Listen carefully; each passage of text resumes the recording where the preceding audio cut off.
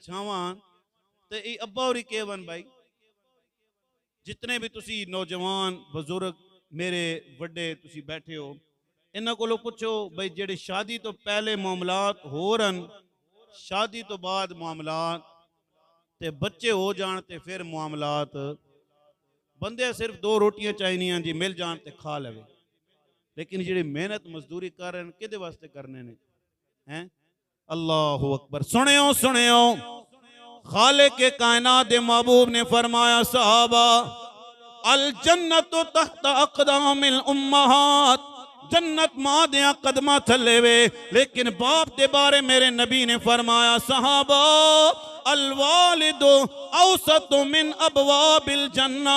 मेरे नबी ने फरमाया सहाबा बाप जन्नत दा दरवाजा है भाई सजना बेशक बाप बड़ा सख्त लहजा जरूर है बाप दा लहजा बड़ा सख्त होंदा है लेकिन रब दी इज्जत तो जलाल दी कसम है जदों ए साया उठ जाए ना बाप दी सूरत विचों साया उठ जाए फिर तुहानू कोई मत देण वाला नजर नहीं आएगा कोई नसीहत देण वाला नजर नहीं आएगा ए बाप है जेड़ा हर जगह तो जनाबे वाला बच्चों को बचाने की कोशिश करता है तवज्जो करो जिन्हां दे बाप बुजुर्ग हो गए जिन्हां दे बाप जवानी ढल गई है बुढ़ापे की हालत दे अंदर आ गए ने ओए बाप नू बोझ ना समझियो ना एक जगह ते मैं पढ़िया है एक नौजवान अपने पुत्र नू नाल लैके अपने बाबे नू नाल लैके अपने बाप नू नाल लैके ते जंगल दे अंदर गया है ते कहंदा बाबा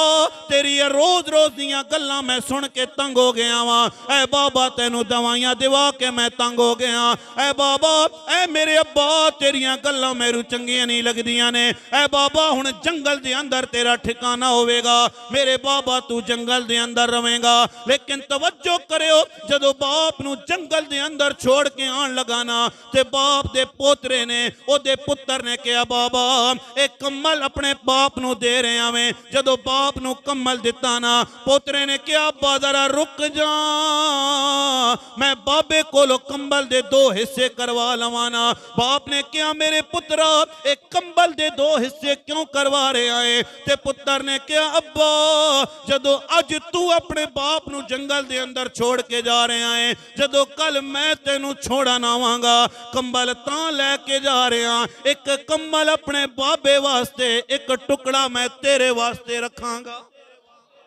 एक टुकड़ा मैं तेरे वास्ते रखांगा इस वास्ते दोस्तां ने मोहतरम भाई बाप जैसी कोई चीज नहीं मिल सकती है जदों तक बाप जिंदा होवे ना जमाने वाले भी मुहब्बत कर देने रिश्तेदार भी प्यार कर देने हर कोई मुहब्बत दी ते मुहब्बत ते प्यार दी निगाह नाल वेखदा है लेकिन जदों बाप दा साया उठ जाए ना फिर मियां साहब फरमांदे ने तवज्जो करियो जरा रूमी कश्मीर फरमांदे ने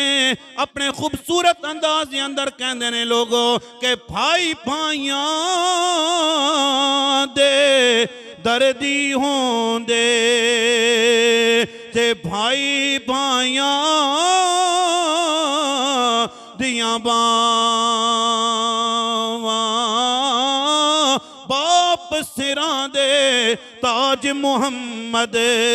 ते मावा ठंडियां छावा